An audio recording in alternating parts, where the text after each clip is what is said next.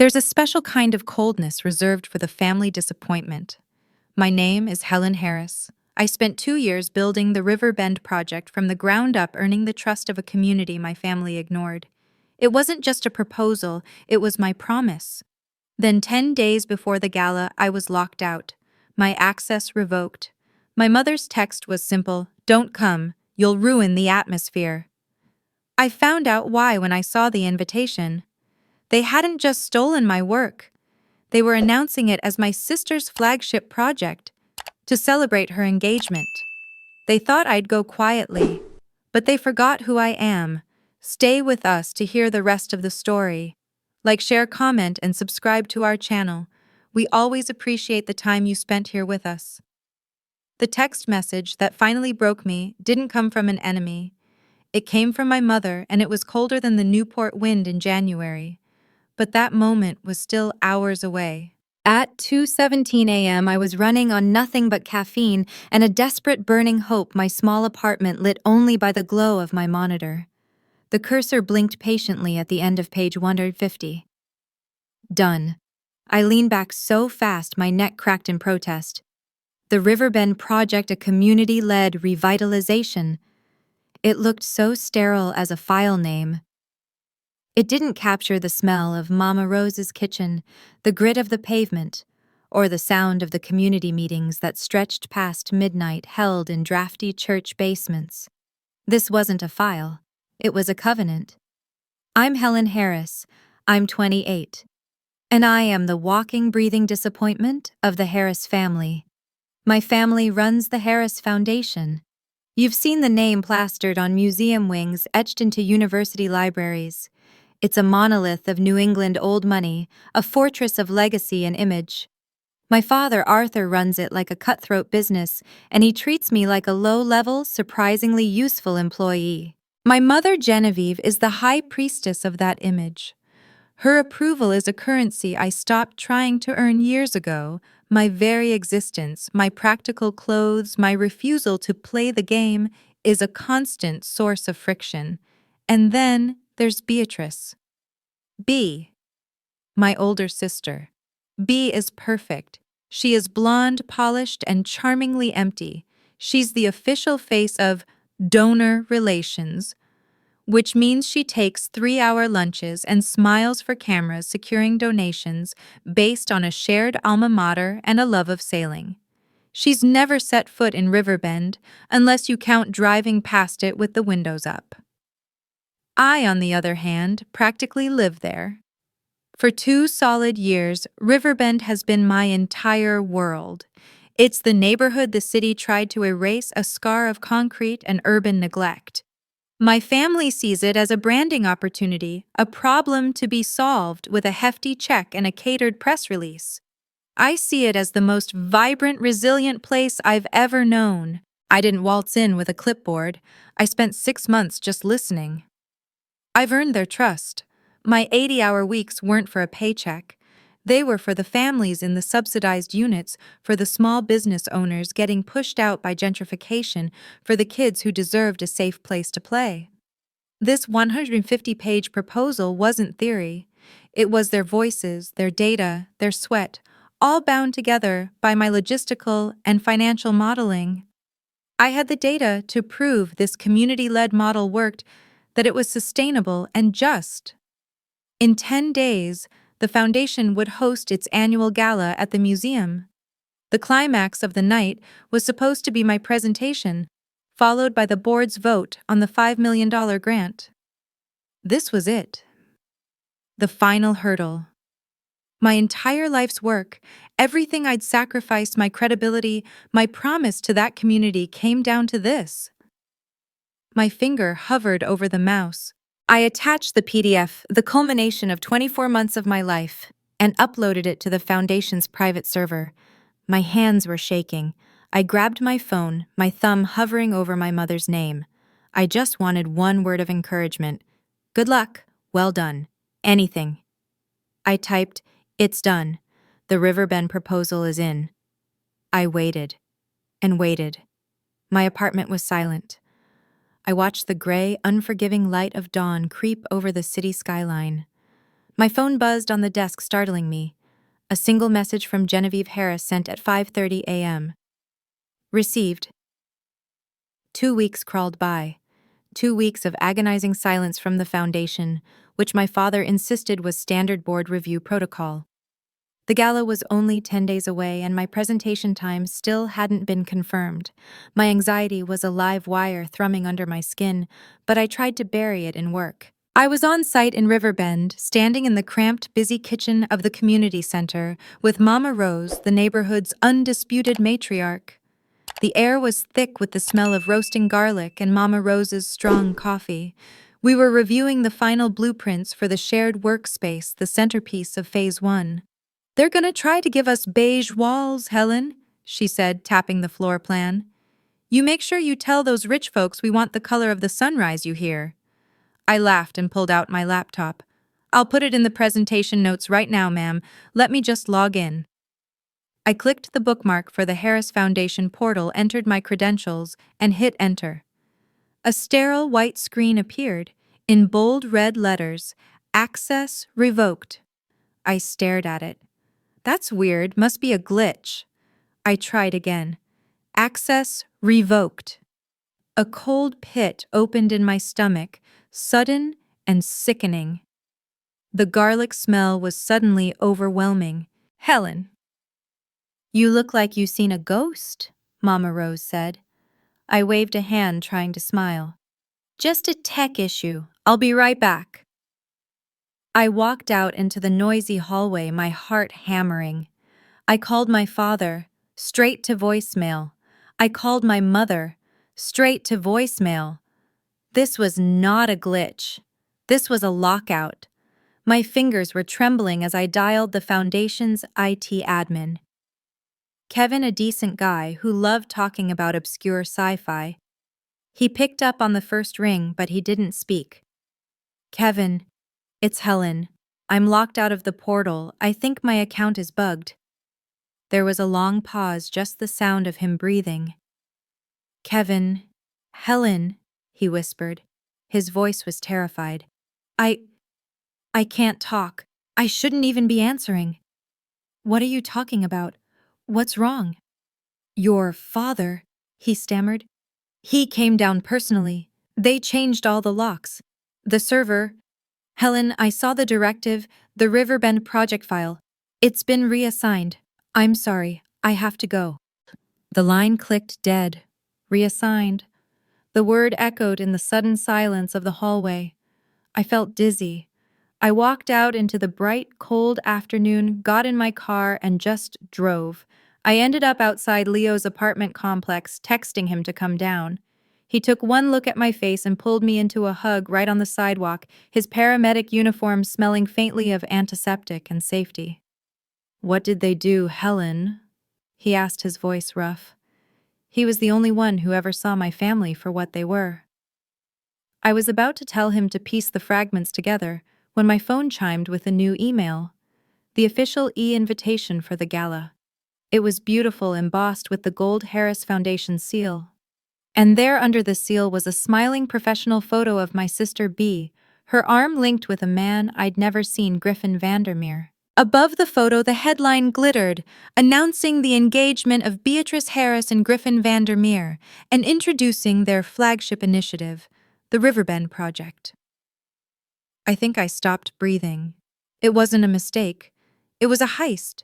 It was an announcement. As I stared dumbstruck, my phone buzzed again. A new text message from my mother. "Helen, I think it's better if you don't come to the gala. You'd only make a scene. We're all so thrilled with what Bea and Griffin have put together.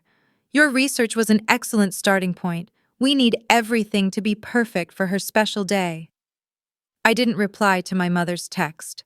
I didn't even close the app. I just dropped the phone onto the passenger seat of my beat-up sedan.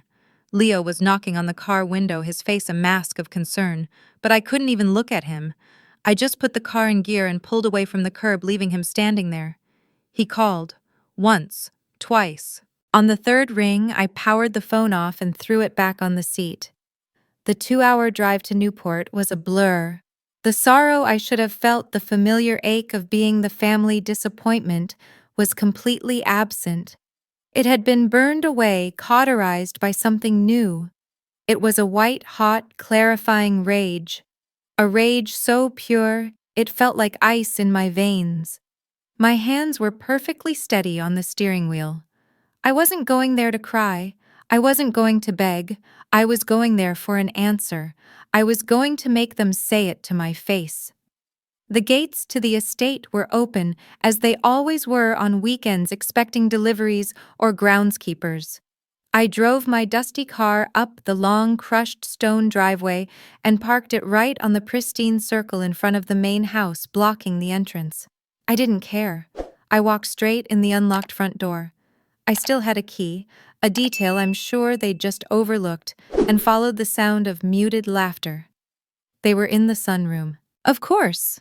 It was my mother's favorite place to receive guests, a sterile, glass-walled observatory overlooking the turbulent Atlantic.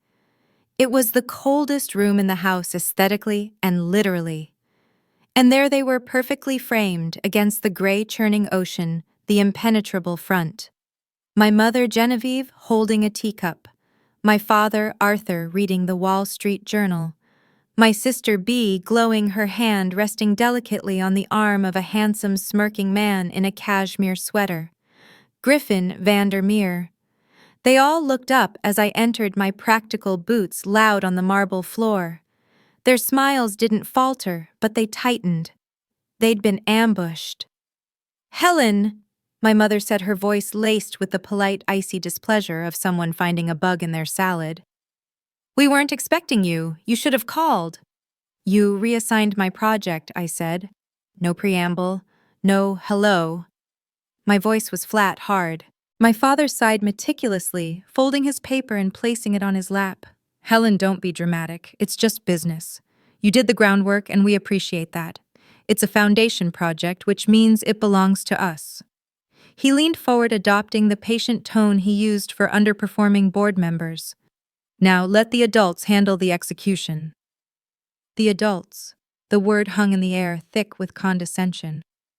"The adults," I repeated, my voice dangerously quiet. "I am the adult who spent 2 years in that neighborhood. I'm the one who built the trust. I'm the one who wrote every single word of that proposal. Bee can't even find Riverbend on a map." Bee finally spoke, her voice a perfect silvery chime. "Helen, you're just not polished," she said, as if explaining something simple to a child. "You're always in the mud with those people." I flashed to an image from last winter, kneeling in that exact mud, helping Mama Rose fix a burst pipe in the community center's basement, laughing so hard we cried. "Donors want to see a face they can trust," Bee continued, patting Griffin's arm. "Someone like Griffin, someone who speaks their language." "So, you stole it," I said. It wasn't a question. "Don't be dramatic, Helen." My mother set her teacup down with a sharp clack. "This is what's best for the family. Griffin's family is very influential. His father sits on 3 national boards. Your little project is the perfect way to cement their new role in the foundation. This engagement is a merger, and the Riverbend Initiative is the dowry. You should be happy for your sister." The rage that had carried me all the way here suddenly vanished, draining out of me like a tide. It left behind a terrible, hollow cold. This wasn't a betrayal. A betrayal implies there was trust to begin with. This was just a transaction. They were all of them morally bankrupt. I looked past them at the ocean. "Those people trust me." I whispered, more to myself than to them. "I gave them my word." Griffin, who hadn't said a word, finally chuckled. It was a dry, dismissive sound. "I'm sure we can buy their trust," he said, taking a sip of his tea. "A few new basketball courts should do the trick." That was it. That was the final nail. The hollow cold solidified into something hard and sharp. I looked at each of them one by one. My mother assessing me for damage to her image. My father already calculating the cost-benefit analysis. My sister smiling, already practicing her signature for the press releases. I didn't say another word. I just turned around and walked out. I didn't cry. Not yet. My mind was calculating. They had the proposal. They had the funding. They had the board. But they didn't have the community. And they didn't have me. I drove straight to Leo's apartment, my phone still off. I let myself in with my key and found him pacing, his face wrecked with worry. He saw me and just opened his arms. I walked into them and buried my face in his chest, my body finally starting to shake. They took it, I managed to say, my voice muffled. They took everything. My work, my name, all of it. He held me tighter for a long moment, just letting me absorb the shock. Then he gently pushed me back, holding me by the shoulders and forcing me to meet his eyes. His gaze was fierce. "No, Helen," he said, his voice a low growl. "They didn't. They took a file. They took a PDF. They don't have you. And they sure as hell don't have the community." His words were an anchor. He was right. They had the paper, but I was the one who had done the work. I was the one who knew the people. I pulled my phone from my pocket and powered it on. It lit up, buzzing with missed calls from Leo. And then a new message. It was from my cousin Mark. The black sheep. The only other Harris who actually worked for a living, and the only one on the board who ever voted against my father. His text was short. "I heard what they did. It's disgusting. I'm overnighting you my +1 invite to the gala. You have to be there, Helen. You have to." The drive to Riverbend the next morning was the longest of my life. The physical invite from Mark was heavy in my bag, a ticket to my own execution. Confronting my family had been an act of pure hot rage. This was shame. I was about to walk into the community center and tell the people who trusted me, the people I had promised to help, that the whole thing was a lie. I was about to tell Mama Rose that her sunrise-colored walls were gone, that the new workspaces were gone, that the $5 million I dangled in front of them had been stolen by my own sister to celebrate her engagement. My family hadn't just stolen from me, they had stolen from them. I found Mama Rose in the kitchen kneading dough with a fierce, rhythmic anger. Maria, who ran the after-school program, and Rick, the auto shop owner who acted as the neighborhood's unofficial mayor, were at the table nursing mugs of coffee. They looked up when I walked in and the conversation died. They knew. My face must have told them everything. "Well, sit down, child," Mama Rose said, not unkindly. "You look like you're about to fall over." I sat, and for the second time in 24 hours, I laid it all out. I told them about the lockout, the gala, the engagement announcement. I told them my mother had uninvited me, that my research was a starting point, that my sister and her new fiancé were taking credit for the entire 150-page proposal. I finished, my voice raw. "The funding. It's not coming. The Harris Foundation isn't giving us the grant. They stole the proposal. They gave it to my sister. I am so sorry. I failed you." The kitchen was silent. Rick stared into his mug. Maria closed her eyes. I braced for the anger, for the recriminations, for the "we knew you were too good to be true." Mama Rose just sighed a long, weary sound. She wiped her floured hands on her apron and sat down across from me, her gaze pinning me to the chair. "Honey," she said, her voice rough, "did you really think we were sitting here waiting for some rich folks in suits to save us? We've had people like your family promising us the world and giving us dirt for 50 years. She reached across the table and covered my hand with her own. It was warm and strong. "We never trusted those slick suits anyway. We trusted you." Rick nodded, finally looking up. His eyes were hard. "She's right. You're the one who sat in my greasy office and listened to me complain about zoning laws for 3 hours. You're the one who brought those kids laptops. Your family. They're just a name on a building." "But the project," I stammered. "The $5 million, it's gone." "The project," Maria said, her voice finding its steel, "is this room. It's us. It's the murals the kids are planning. It's Rick's apprenticeship program. The money was just gas in the tank. The car was already built." A new fire, completely different from the rage I'd felt before, began to smolder in my chest. It was hot, and defiant. They weren't broken. They were angry, yes, but they were ready. They want a show. I said the words coming to me suddenly, my brain finally clicking back online. They're having a black tie gala to present the project. Bee and Griffin are going to stand on a stage and talk about a community they've never met. Rick's mouth twisted into a grin. So, what are we gonna do about it? We give them a show, I said, my voice getting stronger. The real one. They want to launch the Riverbend project, fine. We'll launch it. Here, in Riverbend. I looked at Mama Rose. On the exact same night as the gala. The plan exploded into life. It wasn't a protest. It was a declaration. We called it Riverbend Rising. It wouldn't be a sad plea for money. It would be a vibrant, joyful, loud celebration of what was already here. The next 9 days were a blur, a montage of pure, unfiltered community resilience. Leah was there every second. I wasn't at my now very precarious day job, stringing thousands of donated twinkle lights between lampposts. Rick and his crew built a makeshift stage out of plywood and shipping pallets in the small park at the center of the neighborhood. Maria organized the kids to paint the murals we'd always talked about, not on new walls, but on the boarded-up windows of the abandoned storefronts, blasting them with the sunrise colors. Mama Rose had demanded brilliant oranges, deep purples, fiery reds. The neighborhood restaurants and home cooks organized a massive potluck, vowing to feed anyone who showed up. We didn't have $5 million. We had $500 in a donation bucket and an entire neighborhood's worth of sweat equity. And it was the most beautiful thing I had ever been a part of. I wasn't their leader. I was their logistician, their coordinator, their partner. I was just Helen.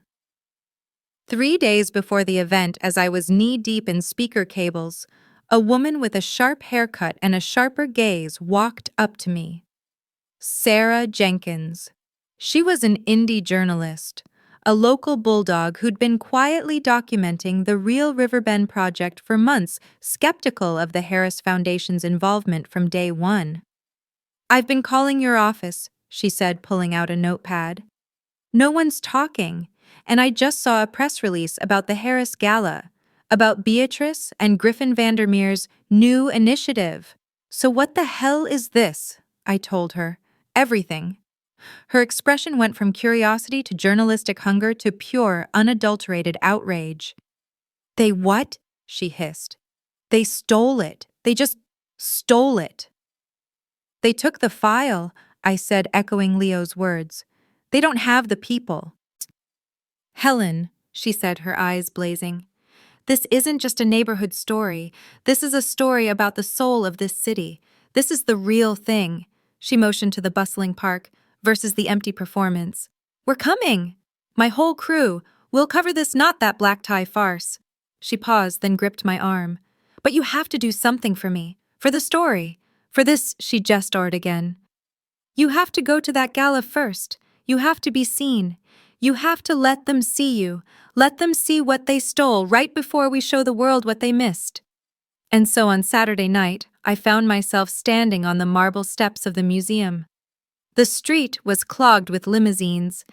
I could hear the thumping bass of the orchestra inside.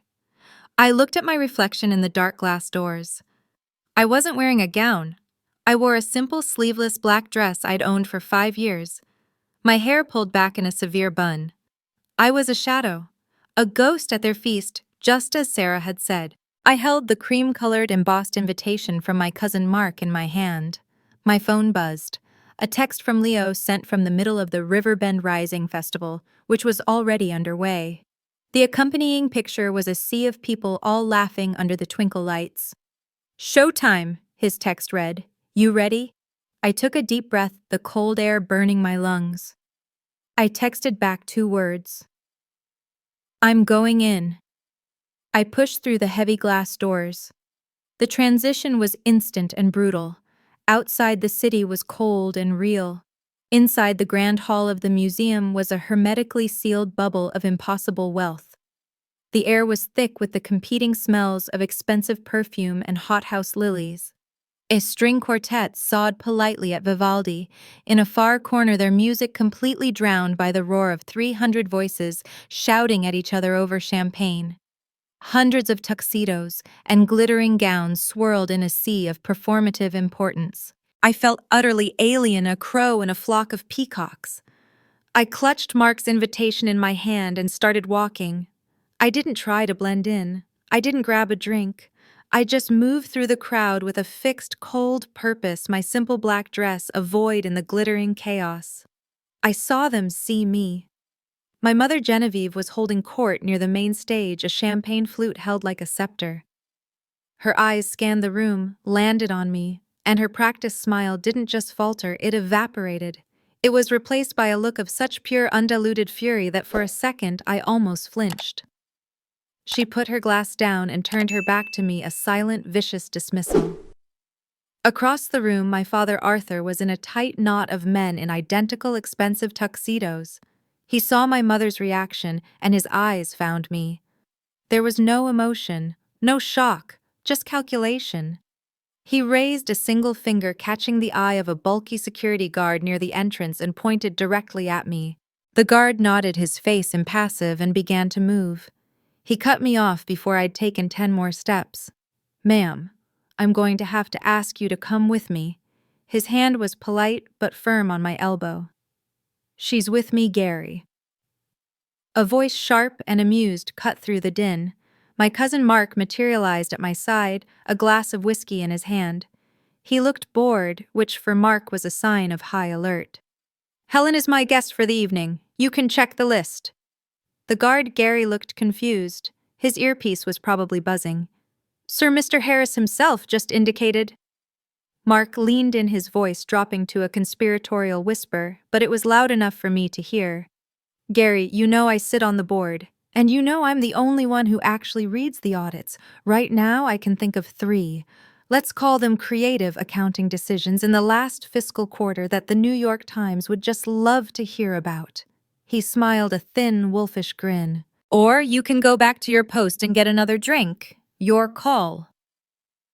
The guard's face went pale. He looked from Mark to my father, who was watching, his face thunderous. Gary made a decision. He released my arm. "Enjoy your evening, Mr. Harris, Ms. Harris." He turned and melted back into the crowd. "He'll be back," Mark muttered, steering me toward the rows of chairs facing the stage. "But not before the show. Find a seat, and Helen—" He squeezed my arm. "Don't flinch." He disappeared toward the bar. I found a seat in the back row just as the lights began to dim. A hush fell. A massive screen above the stage lit up. The slick, soaring sound of a generic orchestral score filled the room. A drone shot. It was beautiful, sterile, and utterly soulless, an aerial view of Riverbend at sunset, filmed from so high up you couldn't see the cracked pavement or the boarded-up windows. You couldn't see the life. It was just an abstract pattern of buildings, a problem to be solved. The video played for 3 minutes, full of more sweeping aerials, artistic shots of sunlight hitting brick, and not one single human face. The music swelled and the video faded. The spotlight hit the stage, and there they were, Beatrice and Griffin. They were flawless. Bea was in a shimmering silver gown that probably cost more than my car. Griffin was the very picture of effortless, aristocratic charm. They held hands and smiled, soaking in the applause. "Thank you," Bea said, her voice breathy with rehearsed passion. "Thank you all. Griffin and I we are so thrilled to finally announce our flagship initiative, a project we have been developing, a project so close to our hearts, the Riverbend Project." My heart was a cold, hard stone in my chest. I watched, numb, as the presentation began. And then I saw it. Slide 12. It was my data, my carefully compiled charts, my projections, my analysis. Bea was talking over it, her voice confident, but the words were stiff. She was reading from a teleprompter, reciting the executive summary I had written. Then slide 15 appeared. A photo. It was Mama Rose, her face crinkled in a huge laugh, her hands covered in flour. I had taken that photo in her kitchen on a Tuesday afternoon. It was intimate. It was real. And they had used it. They had stolen her image and put it on a 40-foot screen to be consumed by people who would cross the street to avoid her. I felt a wave of nausea so profound, I had to grip the arms of my chair. They moved on, slide after slide of my work, my phased rollout plan, my budget breakdown, my logistical maps. And then they reached the core of the proposal. Slide 34, the reciprocal community trust model. It was the name I had given to the core principle of the whole project. The idea that the foundation doesn't give, it invests. And the community pays back that investment with its own expertise, labor, and leadership. It was the linchpin. The entire proposal was built on it. B, to her credit, tried, and the cornerstone of our model is reciprocal community trust. She stumbled just slightly over the word, a tiny crack in the veneer. It's a new paradigm, a new way of thinking about. She looked at the teleprompter, but I knew what was coming. I hadn't written a simple blurb for that slide. I had intended to speak to it. She was ad-libbing and she was drowning. It's about trust, she finished lamely. Griffin jumped in smooth as glass. It's about synergy. It's about leveraging assets to create a new dynamic future for a neighborhood in need. It's about the Harris family and the Vandermeer family coming together to show this city what real leadership looks like. The applause was deafening. They smiled and waved the perfect couple. We'd be happy to take a few questions, Griffin announced. I was already moving. I didn't run. I walked. My simple, hard-soled shoes went click, clack, click, clack on the polished museum floor. The sound was obscenely loud in the brief lull after the applause. I walked down the center aisle past the sea of confused, wealthy faces and stopped at the single microphone set up for questions. The room went absolutely dead silent. A technician, confused, swung a spotlight. It hit me, blinding me, pinning me like an insect. I could see the stage perfectly. I could see the blood drain from my sister's face. I could see my father in the front row rising slightly from his chair. I could see my mother's hand clench the armrest, her knuckles white. They had every one of them frozen. I lifted the microphone from its stand. Helen Harris. My voice was clear. It didn't shake.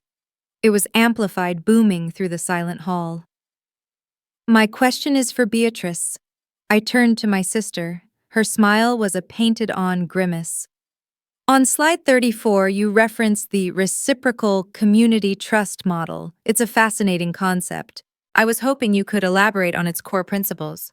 For instance, what is the expertise as equity clause, and how does it protect the community from gentrification? B stared. She was a fish gasping for air on a dock. She had no idea. The silence stretched. 1 second, 3, 5. It was excruciating. She looked at Griffin, but he was just as blank, his easy charm completely gone. She looked desperately to the front row at our father.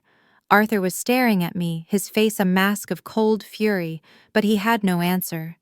He was a businessman. He hadn't read the details. He'd just read the budget. I turned my gaze back to my sister. B. She licked her lips. It's a very complex. It's a multifaceted. I didn't let her finish. I turned back to the audience. It's a model I developed over 18 months of fieldwork in Riverbend, I said, my voice cutting through the tension. Fieldwork you never did, B. The expertise as equity clause, which I co-wrote with the Riverbend community leaders, ensures that their sweat equity and neighborhood expertise are given a tangible legal stake in the project. It's a legal firewall I designed to prevent the exact kind of predatory gentrification your fiancé's family is famous for. A collective gasp went up. It was audible.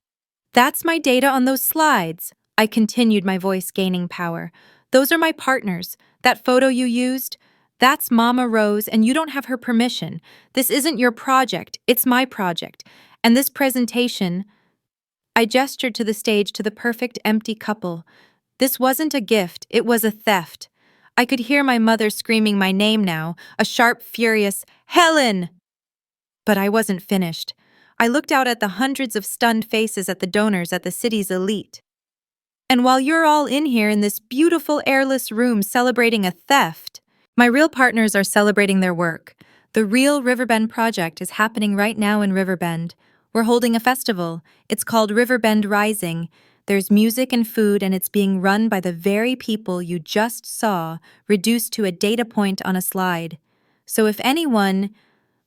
I made eye contact with a prominent national reporter in the second row, wants to see the actual project, the one built by the people. Not by a PR firm, you're all invited. It's at 14th and Miller.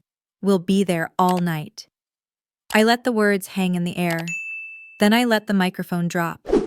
It hit the floor with a deafening thud that echoed like a gunshot. Absolute chaos erupted. Gasps, shouts, whispers. My mother was on her feet, screaming, "Security, get her out! Get her out now!" But I was already walking. I turned my back on the stage, on my family, on the entire mess, and I walked up the aisle.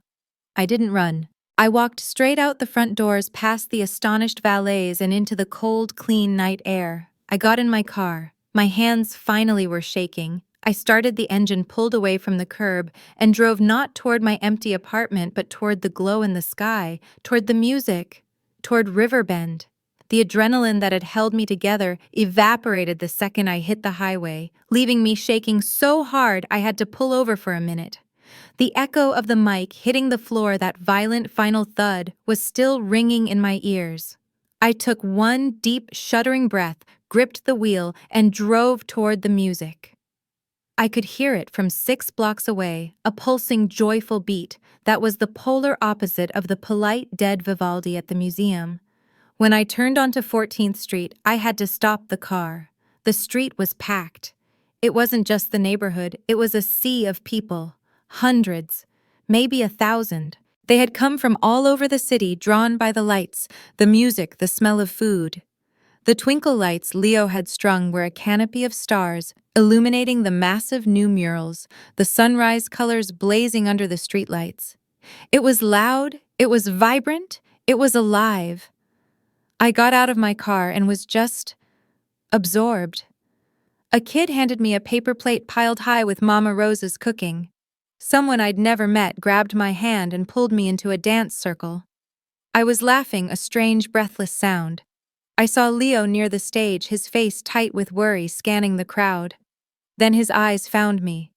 The relief that washed over his features was so profound, it almost buckled my knees. He pushed through the crowd, not saying a word, and just pulled me into his arms. And that's when I finally broke. I buried my face in his jacket, and I cried.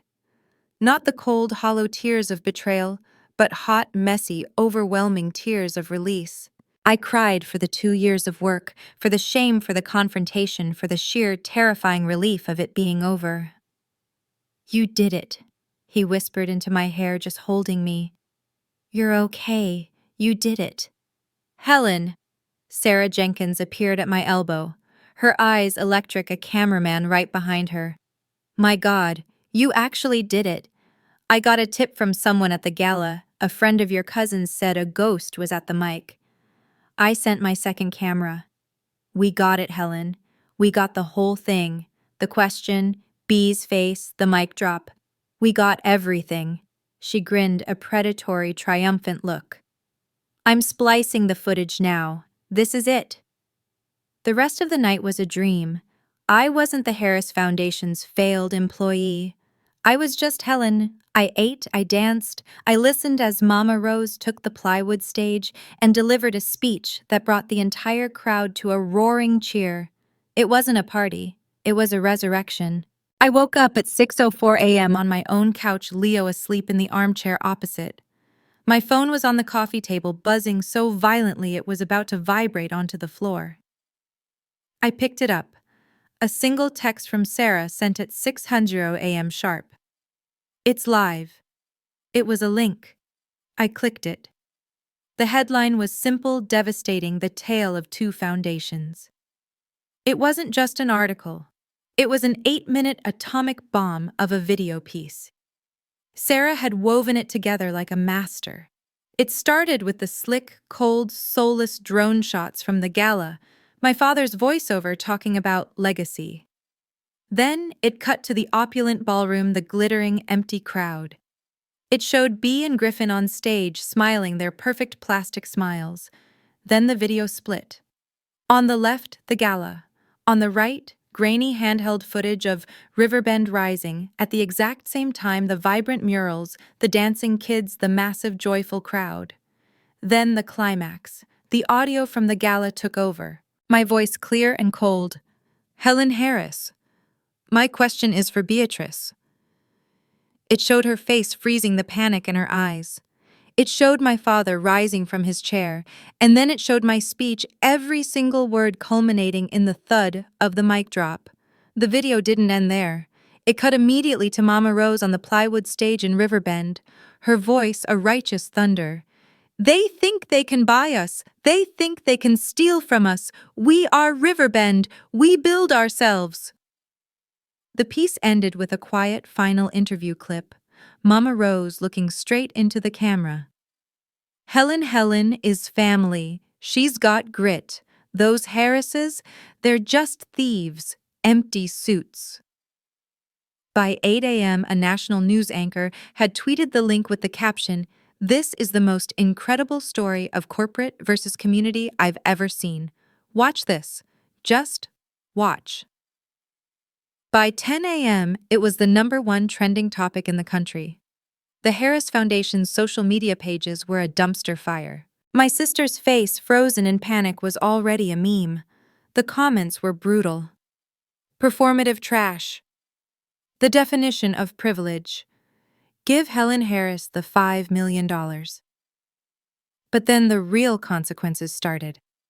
A prominent, morally conscious national donor, one who gave the foundation 7 figures annually, released a public statement. We are appalled by the duplicitous and unethical behavior of the Harris Foundation brought to light by Sarah Jenkins's report. We are immediately pulling all funding and severing ties. Then another followed, and another. The board called an emergency meeting. My cousin Mark texted me at noon. All hell has broken loose. Arthur is apoplectic. Mother is contained. They're drafting a statement. The statement, when it dropped, was gasoline on the fire. A terrible misunderstanding, an internal family matter. The top reply with 20,000 likes was just, "Internal family matter." I watched it all unfold from my small apartment, Leo quietly making me coffee, my phone a nonstop siren of notifications. I felt calm, vindicated, numb. Then an email notification popped up on my laptop. It wasn't from a reporter. It wasn't a troll. The sender was Catherine Bigelow, CEO. The organization, the Bigelow National Foundation, one of the largest, oldest, and most respected philanthropic organizations in the country. The subject line was The Riverbend Project. I opened it. The message was 3 sentences long. Ms. Harris, we saw Sarah Jenkins's report. We are appalled and impressed. We would like to schedule a call immediately. The fallout was swift and brutal, a digital guillotine. The viral video hadn't just embarrassed my family. It had eviscerated their one true currency, their image. The clip of Bee's frozen, panicked face as I asked my question became the internet's favorite new meme, a universal symbol for unprepared privilege. Griffin Vandermeer, it turned out, did not appreciate being the co-star of the world's most humiliating failed presentation. His aristocratic family, whose reputation was built on avoiding all press, not just bad press, was horrified. Mark texted me the update a week after the gala, merger canceled. The engagement was off. Bee's social media, once a curated masterpiece of charity lunches and sailing trips, vanished overnight. She was, for the first time in her life, completely invisible. Then came the call I'd been half expecting. Not from my mother, I knew I'd never hear from her again. It was from my father's private secretary requesting a confidential meeting. Not at the estate, not at the foundation. He chose a sterile, anonymous hotel bar in the financial district, a place with gray walls, brushed steel, and no soul. It was a place for transactions, not for family. I walked in at 3 p.m. on a Tuesday. The bar was empty except for him. He was sitting in a dark booth, a glass of untouched water in front of him. He looked smaller. The imposing, ruthless facade he wore like a tailored suit was rumpled. He looked years older, his skin papery and gray under the dim lighting. "Helen," he said. His voice was flat tired. "Thank you for coming. I didn't sit." "What do you want, Arthur?" He flinched, just slightly at the use of his first name, but he didn't comment. He was here to negotiate. "The board is in disarray. We've lost 40% of our annual funding in 10 days. The Riverbend name is toxic. Our name is toxic." He looked down at his hands, then back up at me. His eyes were cold, assessing. There was no apology, no remorse, just the weary pragmatism of a CEO facing a catastrophic loss. "I have a proposal," he said. "A path forward. The board has agreed. We fire your mother. Her emotional approach to this situation is seen as a liability." I must have stared because he continued as if this were a reasonable concession. "We remove her. We remove Griffin's entire contingent. And we install you, CEO of the Harris Foundation, full creative and financial control, effective immediately." I waited. "In exchange for what?" "A statement," he said, the words slipping out, rehearsed. "You issue a public statement. You explain that this was a passionate misunderstanding, that your methods were unorthodox, but that you are all thrilled to be moving forward as a family, that you will be leading the Riverbend project under the Harris banner. You make this go away." And there it was, the deal, the transaction. He was offering me everything I had ever thought I wanted, control power, his approval in exchange for one simple thing: my silence, my complicity. He was trying to buy the one thing I had left. A few weeks ago, this offer would have torn me apart. But sitting there looking at this diminished man in his expensive empty booth, I didn't feel anger. I didn't feel outrage. For the first time in my life, I just felt pity. He was pathetic. He still thought this was about a job. "You still don't get it," I said, my voice barely a whisper. He leaned forward, straining to hear. "You think this is about a title, about being CEO?" I took a step closer to the booth. "You stole my work. You stole my voice. You tried to steal my name and give it to my sister. You tried to steal Mama Rose's face. You can't buy that back. You can't negotiate your way out of a moral void." "Don't be naive, Helen." He snapped, his old fire returning for a second. "This is the real world. This is how it's done. I'm offering you the keys to the kingdom. What more could you want?" I almost smiled. It was the easiest question in the world to answer. "I had a call with Catherine Bigelow this morning," I said, my voice calm and bright. "The Bigelow National Foundation. You know them, I assume."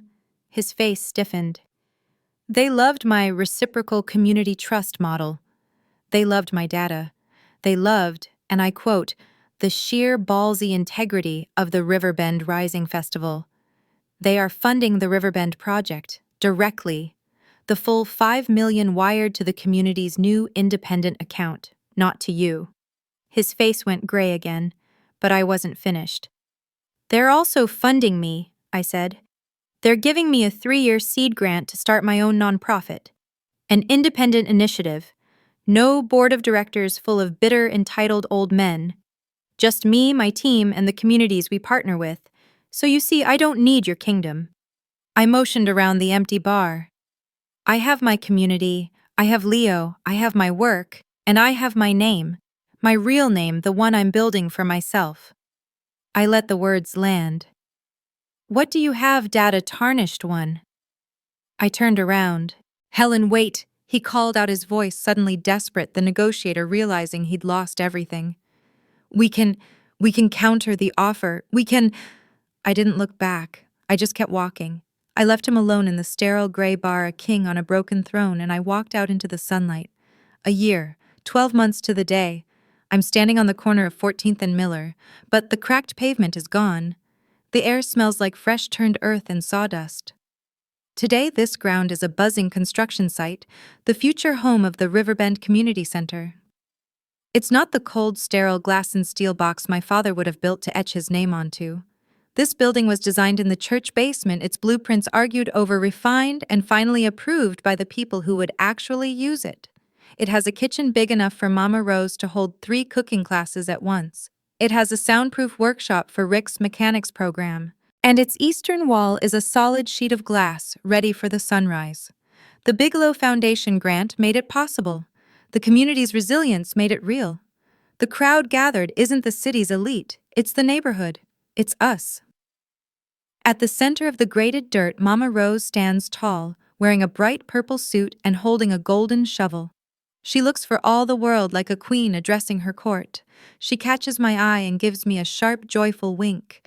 Leo is standing next to me, his hand warm and solid on the small of my back, his thumb rubbing a small, grounding circle. I lean my head against his shoulder, my hand finding his. On my finger is the simple, thin silver band he slipped on it 3 months ago on our apartment rooftop, under the same twinkle lights we never bothered to take down. Sarah Jenkins is here too, but she's not working. She's standing by the refreshment table holding a coffee, deep in a laughing, heated argument with Rick about city council. She raises her cup to me in a silent salute. This is it. This is the catharsis. It isn't a mic drop. It's not an explosion. It's the quiet, powerful sound of a foundation being poured. Mama Rose plunges the shovel into the rich dirt. The crowd cheers, a real, ragged, joyful sound that echoes off the surrounding buildings. I clap until my hands sting. For a fraction of a second, my mind drifts back to that single cold text message. Received. It feels like a story from another life about another person, a girl who was small and cold and desperate for the approval of people incapable of giving it. My old family is a memory, a name on a tarnished building I never visit. They're a ghost. I look at Leo, who is smiling at me, his eyes crinkling. I look at Mama Rose, who is already bossing the foreman around. My real family is all around me, vibrant and solid in the bright morning sun. They tried to bury me. They didn't realize I was a seed. My old family was obsessed with their image, a perfect glittering picture in an empty frame. My real family, we just built a home. It just goes to show that the brightest futures are often the ones we build ourselves brick by brick. What part of Helen's confrontation stood out to you? We're curious about your thoughts, and we read every single comment. If you enjoyed this story, be sure to subscribe for more. Thank you for listening. This has been a story from Radiance. We'll see you next time.